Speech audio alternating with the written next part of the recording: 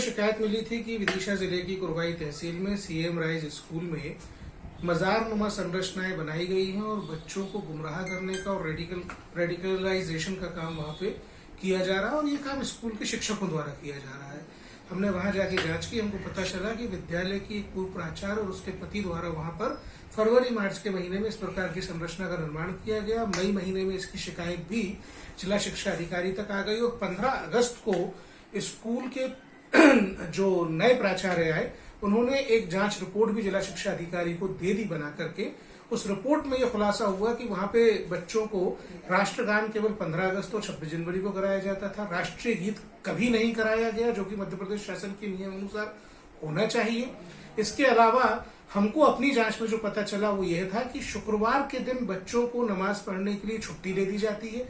हमको ये भी पता चला कि पूर्व प्राचार्य जब वहां काम कर रही थी उसने एक कक्ष नमाज पढ़ने के लिए आरक्षित कर रखा था। हमको ये भी पता चला कि this is not limited to that CM rise school. वहां पे 3 स्कूल हमने कुल विजिट की और हमको तीनों में मजारें देखने को मिली। स्कूल के अंदर इस प्रकार की संरचनाओं का निर्माण करना, बच्चों को जुम्मे के दिन नमाज पढ़ने की छुट्टी देना, ये सब एक गंभीर अनियमितता की ओर इशारा करती हैं। जिला शिक्षा अधिकारी आज पूरे समय नदारद रहा। हमको सहयोग उसने जांच के दौरान बिल्कुल भी नहीं किया। हमने सवेरे ही उनको सूचना की थी कि हम ये जांच करने के लिए आ रहे हैं।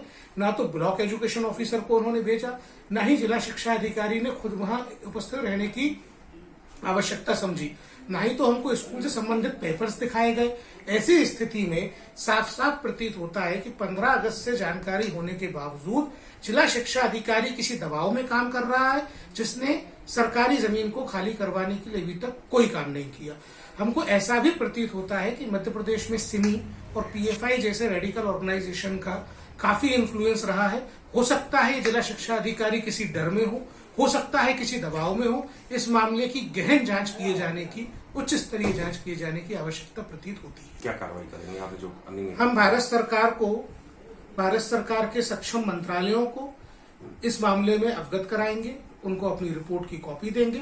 हम साथ ही साथ मध्य प्रदेश सरकार को भी जरूरी निर्देश जारी करेंगे कि उनको इस वक्त इस समय बच्चों को काउंसलिंग की आवश्यकता है। अब देखिए ना, अगर स्कूल में पढ़ने वाली लड़कियां नमाज पढ़ने के लिए कक्षा आरक्षित करने की बात कर रही हैं, तो निश्चित रूप से बच्चों को काउंसलिंग की बेहद सख्त आवश्यकता है, जो वर्तमान शिक्षा व्यवस्था में इस जिले में संभव नहीं दिखता। इसलिए हम जरूरी निर्देश जारी करेंगे और स्टेप वाइज इस स्कूल में कंड्यूसिव एनवायरनमेंट किस प्रकार बने उसके लिए रिकमेंडेशंस देंगे। दूसरी ओर इस पूरे मामले की जांच किए जाना, आपराधिक कृत्य की जांच किया जाना, उसके निर्देश देंगे और साथ ही साथ स्कूलों की जमीनें खाली करवाई जाएं, इसके लिए निर्देश जारी करेंगे। ताज़ा खबरों के लिए सब्सक्राइब करें JSR टाइम्स और